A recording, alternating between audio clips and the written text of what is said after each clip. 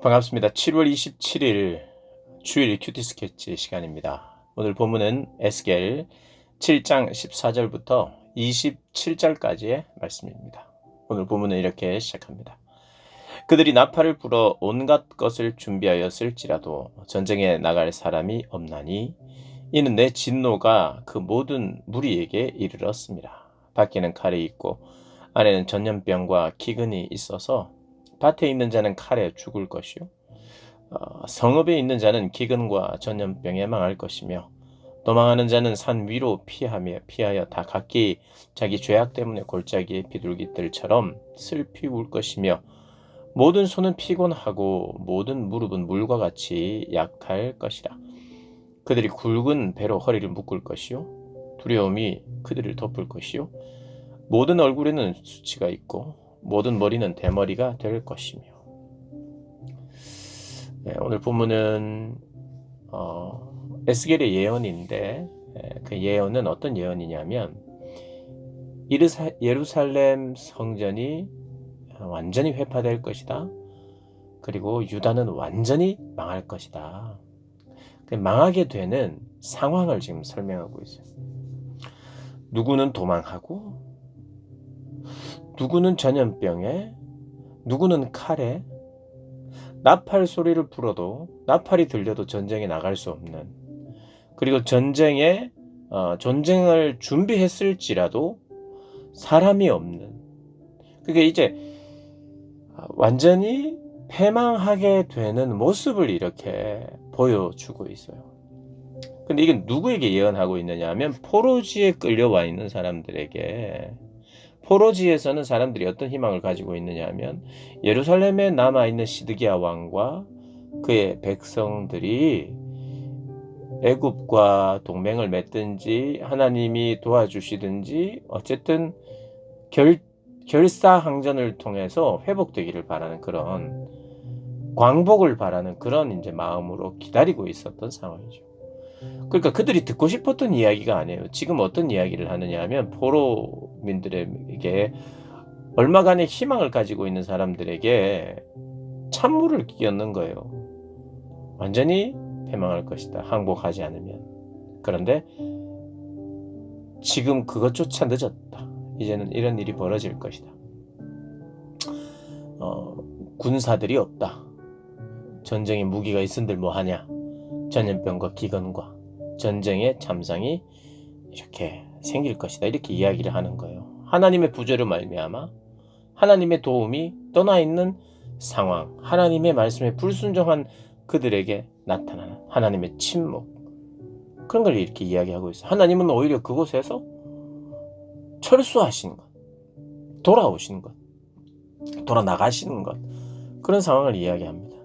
그것도 상징과 또 때로는 신체적인 언어를 통해서, 몸짓을 통해서 현실을 묘사하는 거죠. 그러니까 하나님의 예언이 성전은 망할 거야, 끝날 거야, 이렇게 이야기하기보다, 그것도 이야기합니다만은 어떤 일이 벌어질 것인지를 이야기하는 거예요. 그러니까 더 그림 언어를 가지고 이런 상황이 벌어진다. 이게 무슨 말이냐 하면 전쟁으로 말미암아 사람들이 찢겨 죽고 회파될 것을 이렇게 이야기하는 거예요. 불순종으로 말미암아.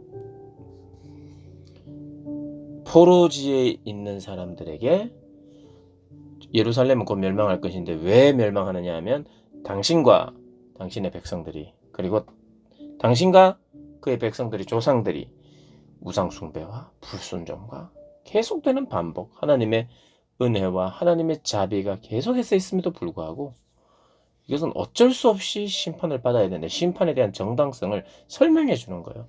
곧 이런 일이 벌어질 것이다. 이것은 우리 모두의 잘못 때문이다. 그래서 바벨론의 징계를 받아야 되는데 그걸 거부하고 있는 거다. 이렇게 설명을 하는 거예요. 이렇게 설명을 해놔야 진짜 완전히 예루살렘 성전이 회파되고 나면 에스겔의 말이 맞았구나. 그제서야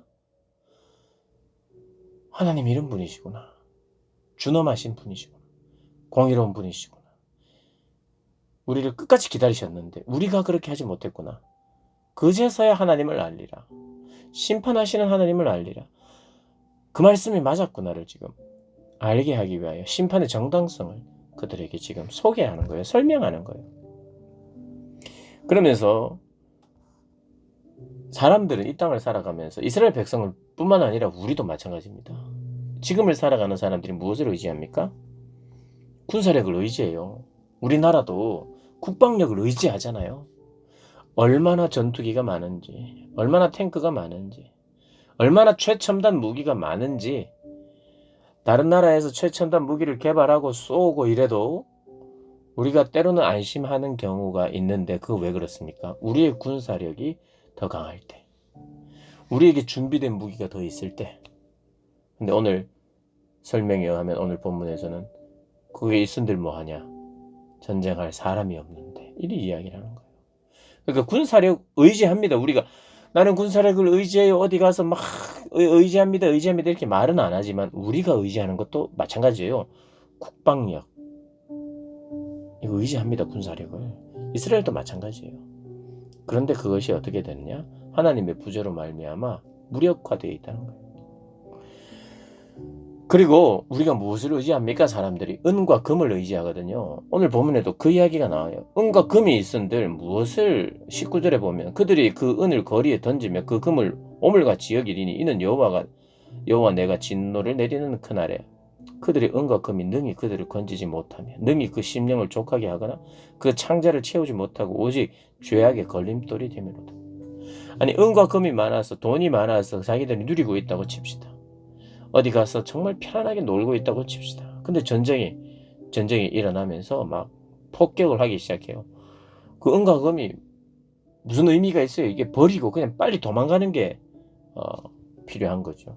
그러니까 사람들이 의지했던 그 은과 금은 무거울 수밖에 없는 거예요. 그런 걸 넣고 다닐 수 없어요. 그건 버리고 가야 되는 거예요. 그런 의지할 만한 은과 금 예전에는 의지했어요.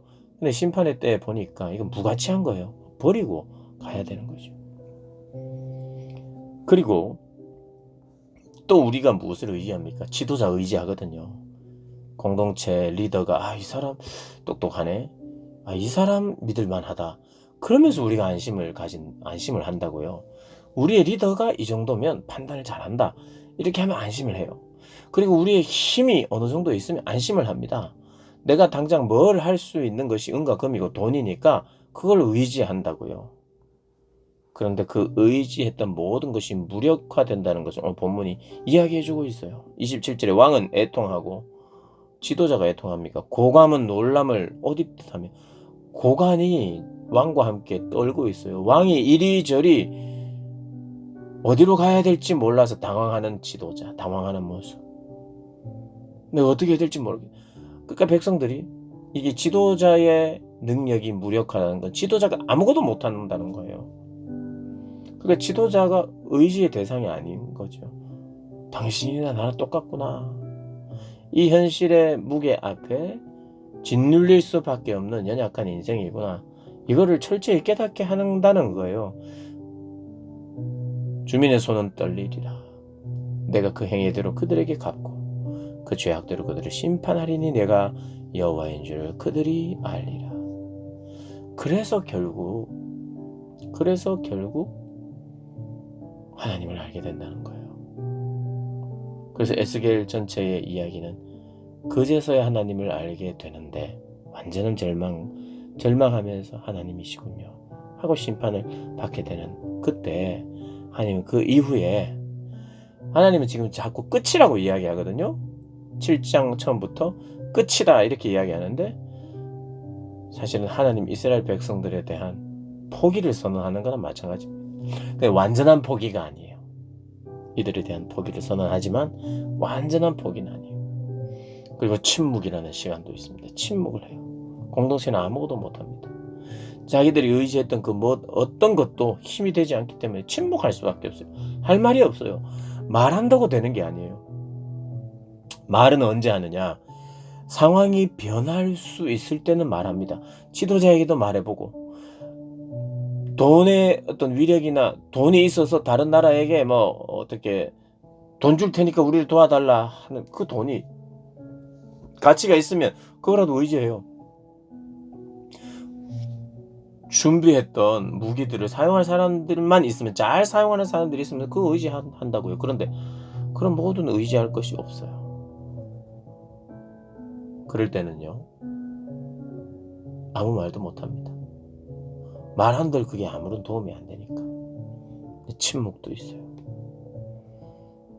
제사장, 예언자, 장로, 왕 모두가 무기력해져 있는 이 장면, 이것은 하나님의 임재가 떠난 결과로 하나님의 통치가 잠깐 그들 가운데 허락되지 않는 것 같은, 그러니까 하나님이 없는 것이, 하나님의 부재와 같은 삶을 살아가는 것이 인생 최악의 경우지요. 사실 최악의 경우. 하나님도 침묵하고, 하나님이 침묵하시면 우리도 침묵할 수밖에 없어요. 뭔가 딱 걸리고 붙잡을 만한 게 없기 때문이죠. 그래서 심판이 반드시 일어나야 된다.